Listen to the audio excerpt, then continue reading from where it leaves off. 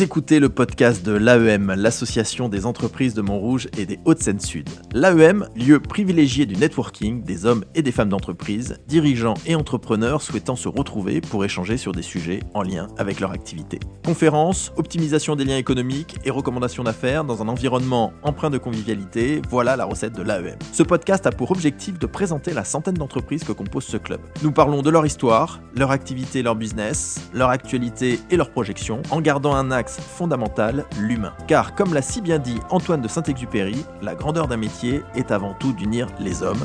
Il n'est qu'un luxe véritable et c'est celui des relations humaines.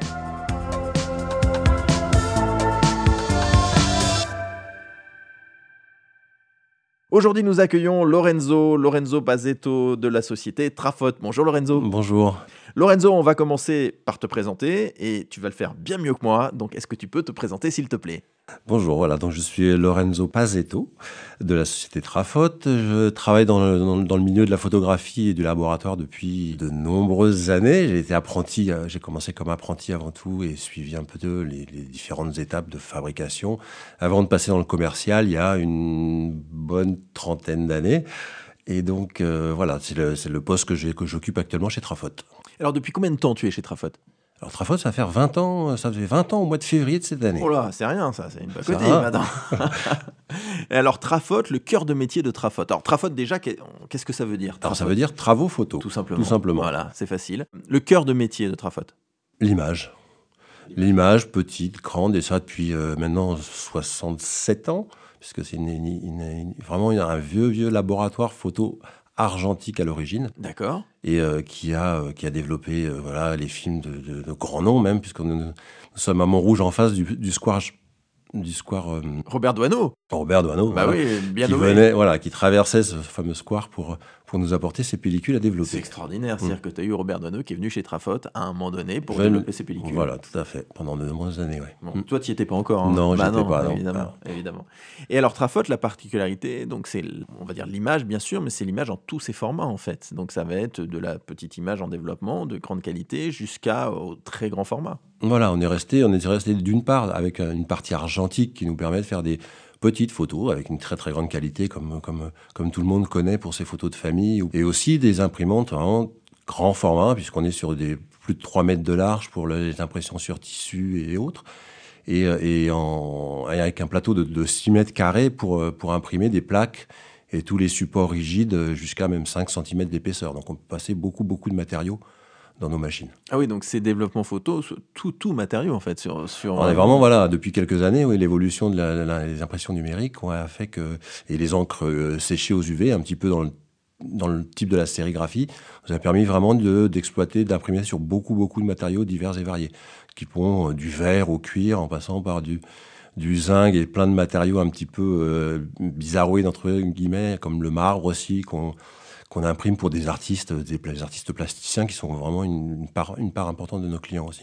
Quel est le plus grand format que tu as vu imprimé chez Trafot depuis 20 ans, toi ? Le plus grand format, alors après, c'est les formats, arrivé à une certaine dimension, c'est des multilets, c'est-à-dire qu'on assemble différents formats pour former une très grande image. D'accord. Alors le plus grand, que j'ai une petite anecdote, je vous raconterai si on a un petit avec peu plaisir, de temps. Vas-y. C'est une fresque qui faisait, donc on est parti d'un dessin d'un artiste qui faisait 1,50 m de large, c'est en gros 50 cm de haut, 1,50 m de large, une petite fresque dessinée au crayon à billes, et qu'on a agrandi à 22 mètres de haut et 70 mètres de large. 22 mètres de haut et 70 mètres de large. Voilà. Attends, un grand sticker. J'arrive même pas à me l'imaginer. 70 mètres de large, c'est énorme. Un grand sticker. En fin de compte, c'était dans le cadre c'était avec l'artiste Hervé Di Rosa.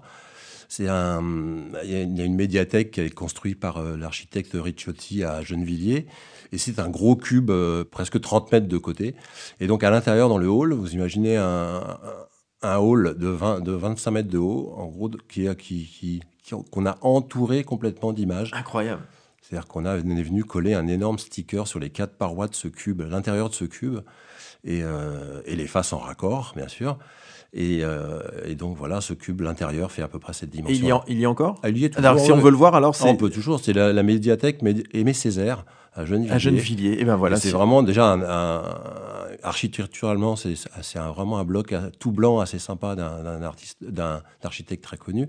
Mais à l'intérieur, c'est assez sympa. Il y a du mobilier africain aussi. C'est vraiment un lieu à part. Génial, génial. On va faire une petite interview, Lorenzo, pour apprendre à mieux te connaître. L'interview thé ou café?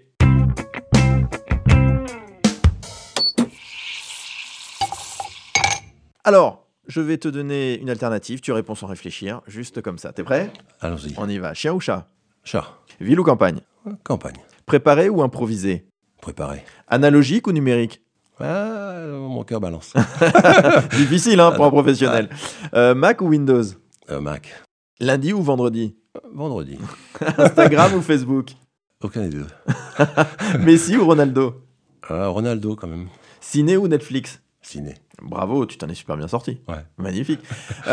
Les grands clients de Trafot? Oh là, c'est très très varié. Et ce qui est sympathique d'ailleurs. On a beaucoup de marques de luxe, bien sûr, parce que voilà, ce sont des secteurs qui soignent beaucoup leur image et donc on aime soigner la leur. Il y a des artistes, énormément, qui viennent nous voir pour imprimer sur des matières un petit peu bizarroïdes. Et ensuite, comme je vous disais, le luxe. Et puis après, tout ce qui tourne autour de l'événement. Voilà, les agences aussi pour faire de la signalétique, pour faire des grandes bâches. Voilà, oui, c'est vraiment très varié. Ouais. Et en fait, effectivement, c'est travaux photos, mais ça, c'est historique. Mais on est vraiment, ce que tu disais au début, on est plus sur l'image que sur la photo. Parce que quand on parle d'artistes, quand on parle de signalétique, c'est des grands écarts. C'est vraiment l'image dans tout ce qu'elle peut être. Dans tous ses états. Ah ouais, c'est ça, dans tous ses états. Ça pourrait être le futur nom de l'entreprise, l'image dans tous ses états. Non, c'est le slogan de Trafot. Ah bah voilà, tu vois, je savais pas. Donc Trafot, l'image dans tous ses états, excellent. Vous avez ou vous travaillez avec les Monuments de France? Bien sûr, oui, avec les monuments nationaux, très très souvent, oui, que ce soit dans le cadre de la muséographie, on travaille depuis des années avec le musée Rodin, avec le musée Guimet, avec tout un tas d'institutions comme ça, le ministère de la Culture aussi, beaucoup. Voilà, ça fait partie des clients, bien sûr, sur lesquels on travaille depuis des années. Et par exemple, ministère de la Culture ou musée Rodin, quels sont les travaux faits par Trafot sur ce Le musée Rodin, on a participé à toute la signalétique lors un gros travail sur la signalétique, sur la rénovation du palais, de l'hôtel Biron. D'accord. Dans le centre ça c'est le centre Paris. Et ensuite, sur la maison de Rodin à Meudon, nous avons effectué toute la signalétique extérieure et intérieure de tous les totems qui sont dans les jardins, etc. Excellent, voilà. Excellent. Deuxième capsule, Lorenzo, pour apprendre à mieux te connaître encore un petit peu, on va passer à l'interview portrait chinois.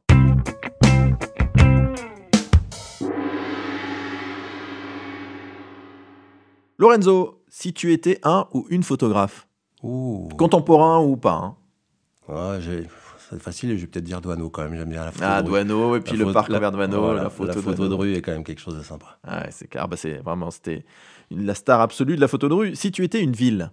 Venise. Ah, Venise. Ouais. Ça vient de là ou pas, Lorenzo Pazetto? Complètement, toute la famille vient de là. Ah, formidable, vénitien, super. Si tu étais un sportif? Je pense vers l'athlétisme. Je pense plutôt à Usain Bolt, par exemple. Très photographique, efficace, en termes d'image, formidable. Et si tu étais une expo?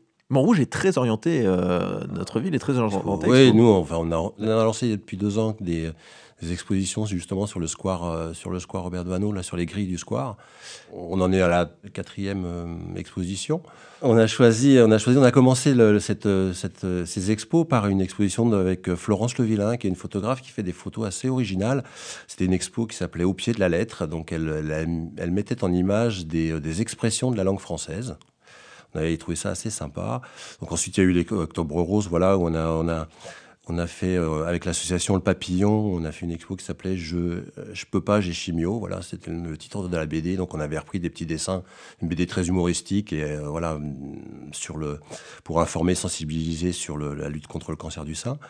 Et en ce moment, il y a une expo assez sympa qui s'appelle Yoga Urbex et qui font des photos, voilà, qui ont fait toute une série de photos dans des positions assez abracadabresques, dans des lieux assez sympas. Et voilà, donc c'est l'expo qui est en cours sur les grilles du Square Douaneau en ce moment. Ce qui est à noter, c'est que Trafot vraiment a l'image dans le sang et a la volonté de la faire partager, parce que toutes ces expos, c'est mis à disposition du grand public et ça donne la possibilité au kidam, à celui qui se promène dans la rue, à celle qui se promène dans la rue, qui qu'il soit, quel qu'il soit, de pouvoir pouvoir à un moment donné passer devant ces expos et de les voir et d'en profiter avec des tirages extraordinaires, magnifiques, sur des éléments choisis dont tu as parlé.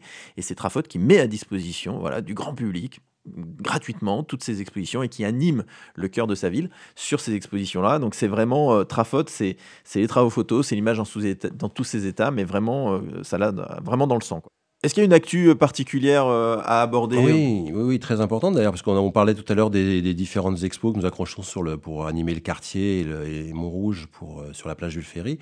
Nous organisons un premier concours photo. Alors, un concours qu'on appelle l'Histoire de point de vue, et qu'on va essayer de renouveler tous les ans à partir de cette année, 2023. Et les lauréats, donc on va choisir 19 lauréats dans les images que nous allons recevoir, et ils feront partie, donc du coup, ils seront l'exposition suivante sur les grilles du Square Douaneau à Montrouge. Voilà. Génial. Donc on leur fera des tirages comme là sur une impression sur des plaques d'Ibon qui seront accrochées durant tout l'été. Et donc voilà, il y aura un choix de professionnels, bien sûr, qui lira les 19 lauréats qui auront le droit d'être exposés place Jules Ferry. Formidable. Et qui auront, pour le vainqueur, un petit plus. Lorenzo, oui. Si on veut trouver Trafod, site internet, réseaux sociaux, c'est quoi ? Le site, bien sûr, le www.trafod.com. Tout simplement. Et les réseaux sociaux, toujours sous le nom de Trafod, que ce soit l'Instagram, le Facebook. Et là, on peut directement aller vous voir et discuter de projets. Différentes actualités, discuter projets par le biais du site internet.